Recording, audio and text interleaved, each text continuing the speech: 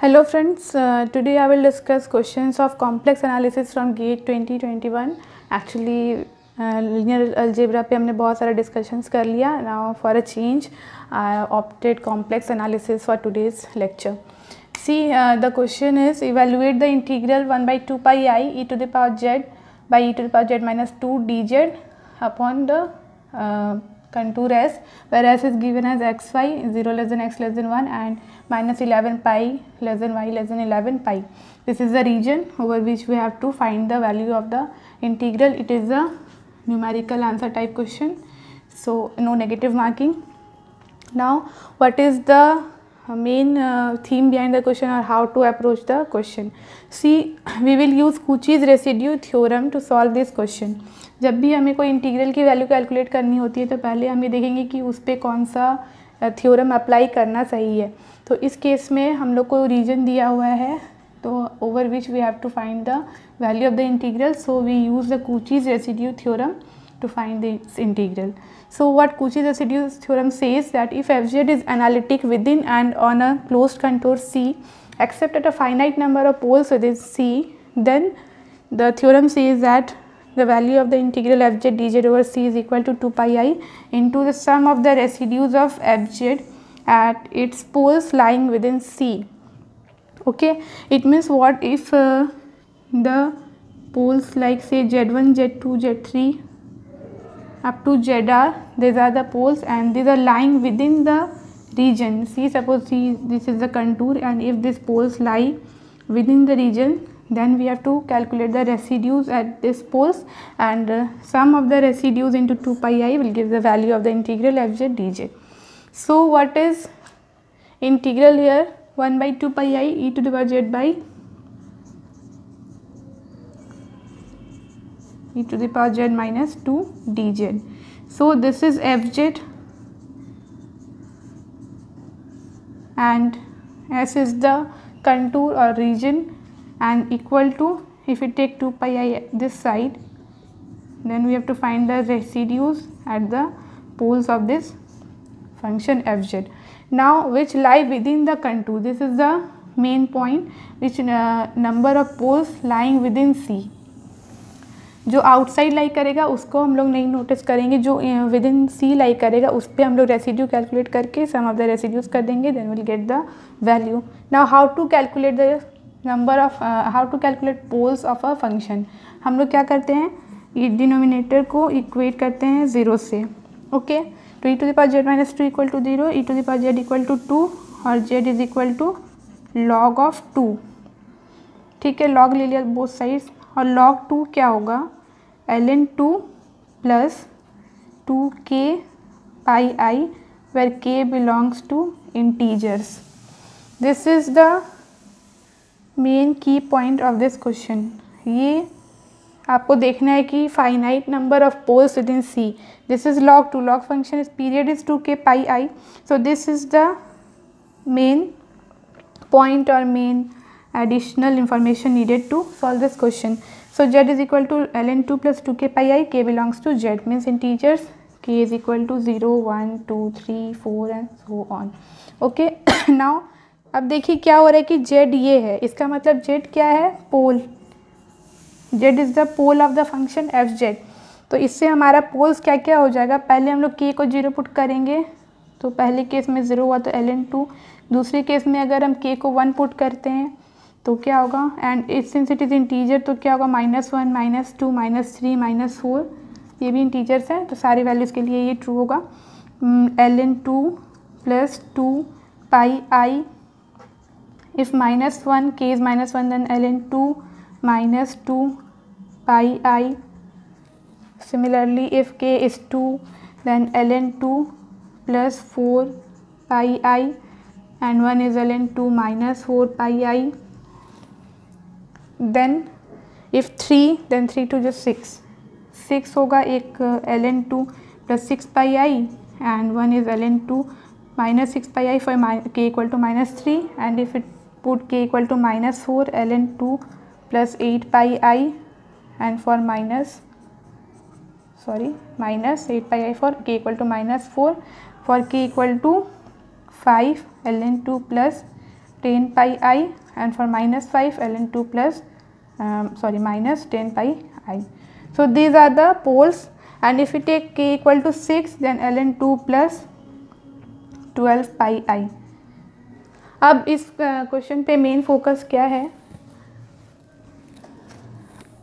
These are the number of poles. Okay, तो अब जो हम लोग देखेंगे, I am dubbing it,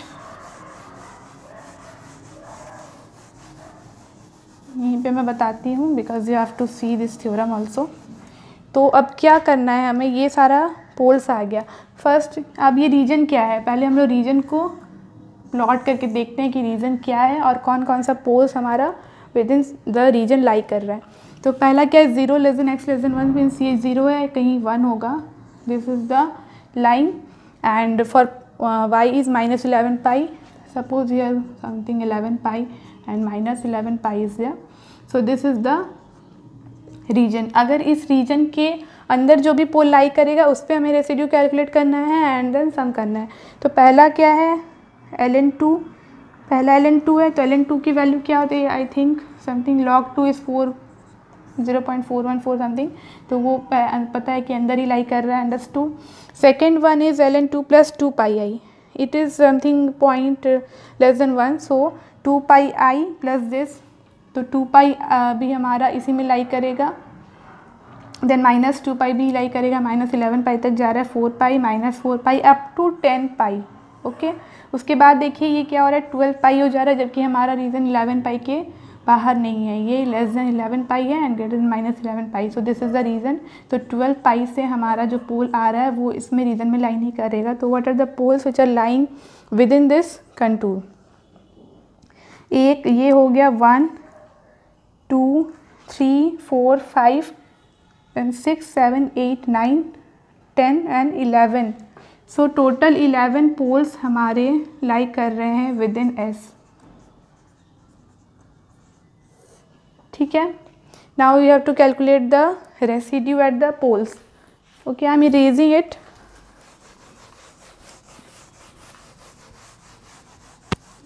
you all got my point. हमें कैसे पोल्स निकालना है, because log z is equal to ln z plus 2k pi I, and when k belongs to integer, so we get 11 poles for this function which lie within this region.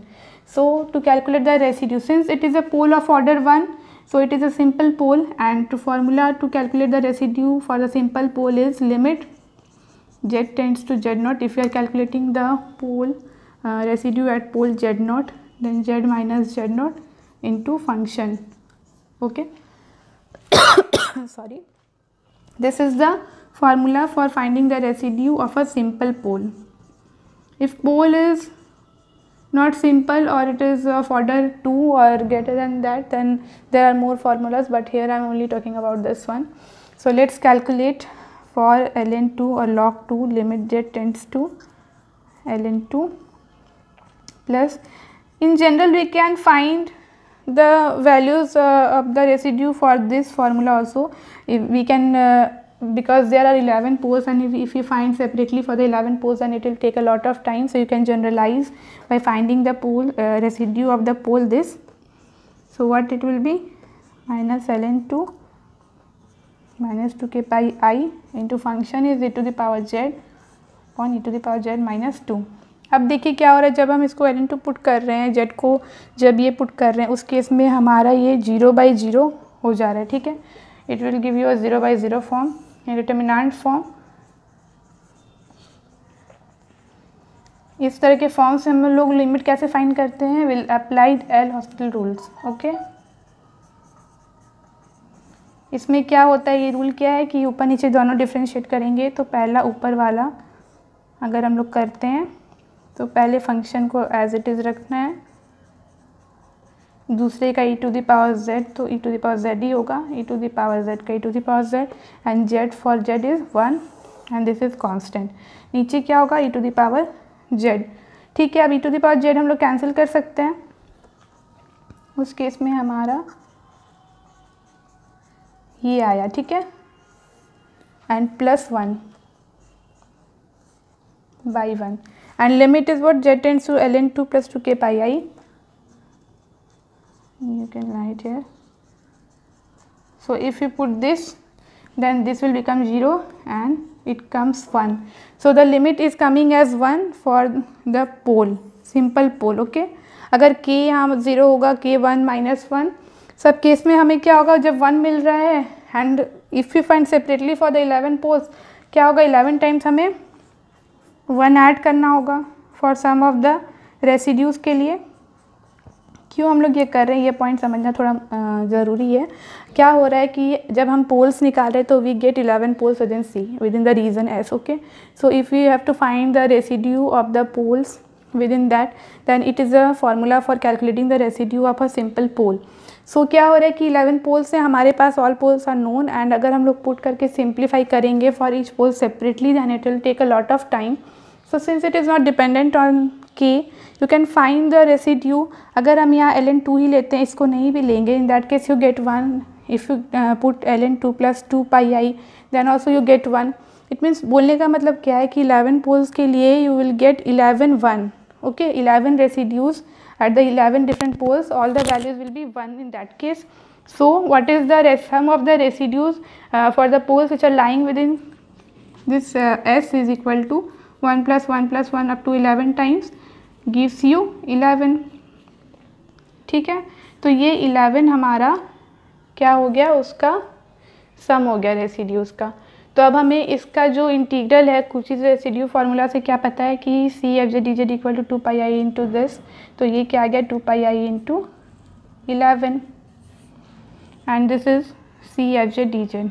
तो हमें क्या दिया हुआ है 1/2 पाई आई, 1/2 पाई आई इधर आया, तो इस इंटीग्रल का जो वैल्यू है वो 11 हो गया. 11 is the right answer for this question. Okay, now I will discuss one more for. So here is the second question from complex analysis. You have to find the number of roots for this function pz equal to 3z to the power 5 plus ij square plus 7ij plus 1 in the annulus 1 less than mod z less than 7. So this is a very simple question, or just you have to know the Roche's theorem or Roche's theorem to solve this question. Roche's theorem क्या बोलता है कि if fz and gz are analytic within on a closed control C, and the main condition is if fz mod less than mod of gz on C, then the number of zeros of gz and f plus g are same within C. So if you find the number of zeros of gz, then you can find the number of zeros of fz plus gz, it is same as the number of zeros of gz. ठीक है, इस रॉचेस theorem से net पे भी questions आए हुए हैं, I will discuss any other time. So this is the given function. Okay, and you have to find the number of roots in that annulus. First see what is the region, mod z equal to 1 and somewhere mod z equal to 7. Okay, तो ये जो region है हमें इसमें number of zeros या number of roots find करना है. ठीक है, अब हमें करना क्या है, to apply this Rouche's theorem, इसको हम लोग को पहले क्या करना होगा, we have to break this function in f z and g z, two functions f z and g z, such that it satisfies this condition and f z and g z both are analytic within on a close control C. इसको ऐसे questions में हमारा जो main focus होता है वो बस इसीलिए यही होता है कि हम how you choose the function f z and g z, इसको हम लोग कैसे चूज़ करते हैं. ऐसे चूज़ करना है कि ये कंडीशन सेटिस्फाई हो जाए. ठीक है, पहला क्या है कि हम mod z इक्वल टू 1 और mod z इक्वल टू 7 पे ज़ीरोज़ फाइंड कर लेंगे. अगर हमें इन बिटवीन द रीज़न और एनुलस पे जब भी फाइंड करने के लिए बोलता है तो हम लोग पहले mod z equal to 1 and mod z equal to 7 पे फाइंड करते हैं. एंड देखिए, अगर mod z इक्वल टू 1 पे फाइंड कर लिया मतलब इस रीजन पे फाइंड कर लिया, and mod z equal to 7 मतलब होल रीजन पे फाइंड कर लिया, but you have to find in this region only, shaded region. Then what will you do, that subtract the number of zeros in lying within mod z equal to 7, mod z equal to 1 from the region mod z equal to 7. So first C, for mod z equal to 1 we are finding. Okay, this is the function pz. अब हम fz और gz को कैसे choose करेंगे वो देखिए. अब क्या हो रहा है इस केस में, अगर हम लोग इसको लेते हैं 3z टू द पावर 5 को अगर हम लोग gz ले लें, उस केस में हमारा एफ जेड ये हो जाएगा. तो अब क्या होगा, मॉड ऑफ एफ जेड क्या होगा, mod of I z square plus 7 I Z plus 1 modulus of I is 1 modulus of z square plus 7 mod z plus 1. It will give you 1 mod z equal to 1 is 1 plus 7 plus 1 8 plus 1 9. Okay, this is 9 and this is 3 क्योंकि mod z का power 5 means mod z अगर 1 है तो 3 होगा and 9/3 is not less than 1. तो ये जो हमने चूज़ किया है हमारा ये केस नहीं हो सकता. तो ये ऐसा नहीं है कि if someone says that what if we choose g is equal to 3z to the power 5, why only we choose g z equal to 7iz for solving this. So there is no fixed criteria, nothing like you choose by your own self. This is not the thing here. You have to choose g z in such a way that this condition holds. तभी तो हम लोग Rogers theorem apply कर पाएंगे क्यों जो statement है Rogers theorem की वो जब तक फुलफिल नहीं होगी. How can you apply the Rogers theorem for this case. तो this is the wrong choice for our functions f z and g z. अब हम देखते हैं कि अब हम क्या करेंगे अगर we take 7iz as function g z. ठीक है, उस केस में जो भी बचा हुआ है वो क्या होगा हमारा एफ जेड हो जाएगा क्योंकि f z plus g z gives you the whole p z. ठीक है, अगर हम अब ये लेते हैं फंक्शंस तो एफ जेड का mod what will it come 3 mod of I is 1, so 3 and mod z is 1 here, so 3 into 1 to the power 5 plus 1 square plus 1 gives you 3 plus 1 plus 1 is 5. And what about gz mod of gz is 7 iz का mod of I1 and 7 mod z is gives you 7. ठीक है, अब देखिए इस case में हमारा जो f z by g z है mod f z by mod g z is less than 1. 5/7 आ रहा है ना, तो ये लेस देन 1 हो गया और एफ जेड का mod is less than g z का mod it is 5 and it is 7. तो ये कंडीशन होल्ड हो गई and f z and g z both are analytic in the within and on the close control C, so we can apply this theorem.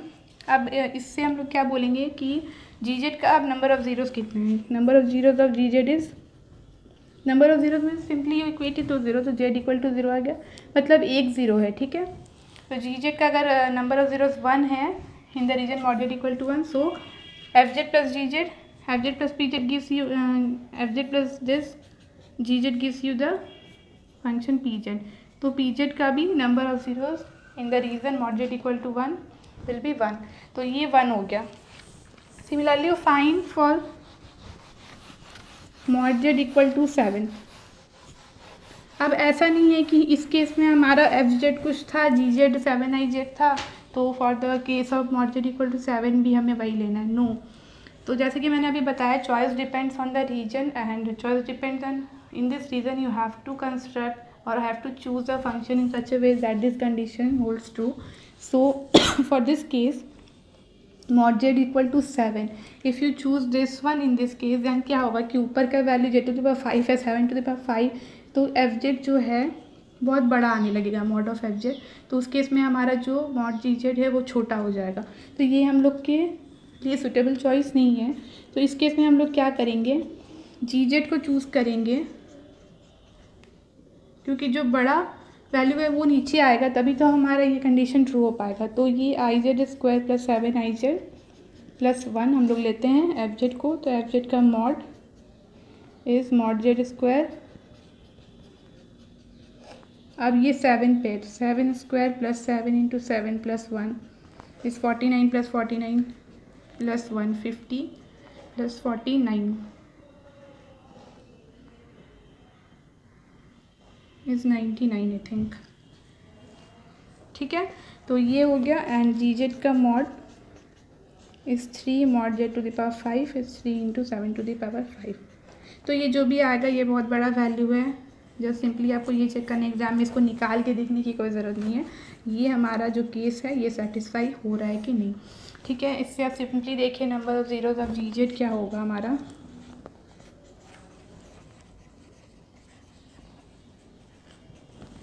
Okay, 5 3z to the power 5.